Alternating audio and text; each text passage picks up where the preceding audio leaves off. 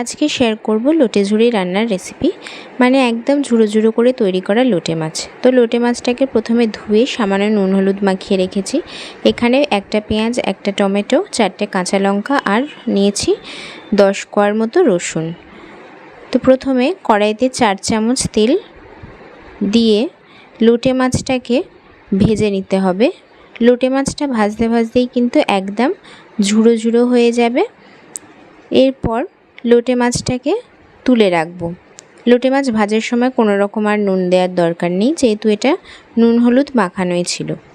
তো এরপর লোটে মাছটা তুলে রেখে কড়াইতে দিচ্ছি আরও 3 চামচ তেল।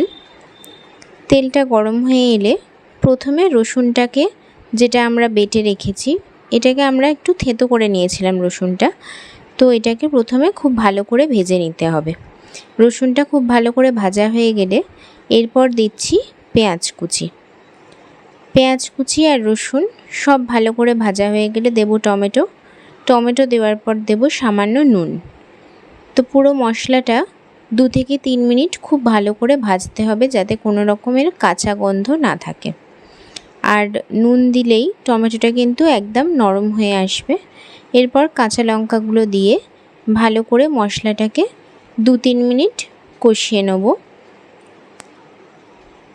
এরপর মশলাটা ভালো করে ভাজা হয়ে গেলে দিয়ে দেব আগে থেকে ভেজে রাখা লোটে মাছ দিয়ে নাড়াচাড়া করে 2-3 মিনিট ভাজলেই তৈরি হয়ে যাবে এই ঝুড়ো ঝুড়ো লোটে মাছের রেসিপিটা।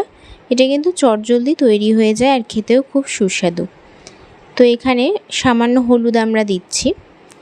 হলুদ দিয়ে 3 মিনিট মতো নাড়াচাড়া করলেই ভালো করে মশলার সাথে মাছটা মিশে যাবে, গিয়ে তৈরি হয়ে যাবে এই সুস্বাদু লোটে মাছের রেসিপি।